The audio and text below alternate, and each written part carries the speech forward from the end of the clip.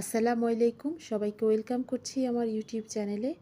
আশা করছি সবাই ভালো আছেন, সুস্থ আছেন।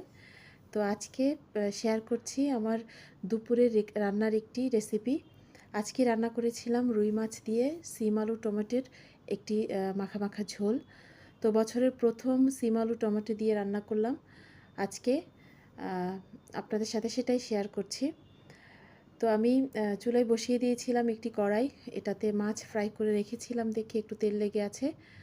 তো পেঁয়াজটা দিয়েই একটু নেড়েচেড়ে যখন হালকা কাঁচা ভাবটা যাবে তখনই 1 চামচ হলুদ মরিচ আর লবণ দিয়ে আমি একটু পানি দিয়ে দিয়েছি, আর সেখানেই 1 চামচ ধনে আদা রসুন জিরা এবং লবণ দিয়ে সিমটা দিয়ে দিয়েছি।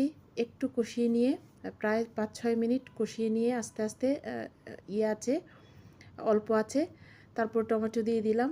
টমেটো দিয়েও আবার আমি 2-3 মিনিট কষিয়ে নিলাম।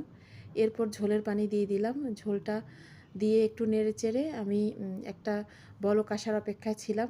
এরপরে মাছ দিয়ে কতক্ষণ আবার কষিয়ে নিলাম। যখন একটু নরম হয়ে আসলো ধনেপাতা কাঁচামরিচ দিয়ে লবণ চেক করে মাছগুলিকে উল্টে পাল্টে দিয়ে আমি আমার রান্নাটা কমপ্লিট করলাম। তবে ভেবেছিলাম অতটা ভালো লাগবে না, কারণ একদম সিজন ছাড়া সিম মজা হয় না, কিন্তু খেতে খুবই মজা হয়েছে আজকে।